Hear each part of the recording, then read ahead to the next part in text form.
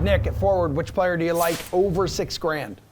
I really don't like the forward position much at all tonight. If you're going to pay up, obviously you want to go with LeBron. To me, is the obvious choice. Of course, he's the most expensive forward available. But when you look at what the Grizzlies have done against opposing forwards, not that great. If Embiid doesn't play, and the only reason I would think that is because it's a back-to-back, then Tobias Harris becomes a viable option. But this is the position where I try and save a little bit and spend up maybe at center, and then maybe spend up a little bit at guard. Go with guys like Rudy Gay or Royce O'Neal. You could go with both. I hesitate to say both, but either way, they're big-time salary savers. And then we look at the 76ers have done. I know both teams are coming in off back-to-back, but the 76ers are not good against opposing forwards either. So these are two guys that could go and at least give you the value on their price. Matt, you in the same boat as Nick here? Not a fan of this position?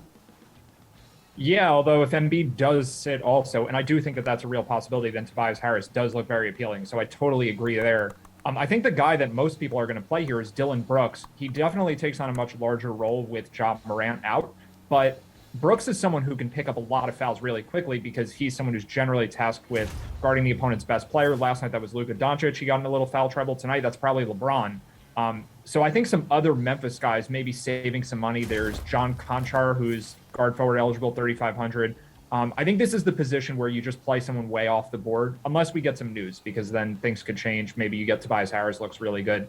But as it stands, I think this is the position where someone like Conchar, maybe someone like Desmond Bane's down to guard only, so I can't even pick him. Yeah, I'll just stick with Conchar. That's the pivot off Brooks, maybe, where he could step in if Brooks gets in foul trouble. Garrett, hook me up with a forward north of $6,000. Yeah, it's interesting because I think Dillon Brooks is someone who does get in a lot of foul trouble, and so does his teammate, Jaren Jackson Jr. Like, you essentially have a situation with Memphis where you like both of those guys regardless of the matchup. It's really just about their foul trouble and whether or not they can stay on the court long enough to accumulate fantasy points. I mean, Jaren Jackson Jr., on a per-minute basis, from an efficiency standpoint, has been an amazing DFS asset since Ja Morant went down. It's just that some nights he only plays 27, 28 minutes. I think he should be in line to play a bunch tonight against the Lakers, and Los Angeles is a team very susceptible to power forwards in particular.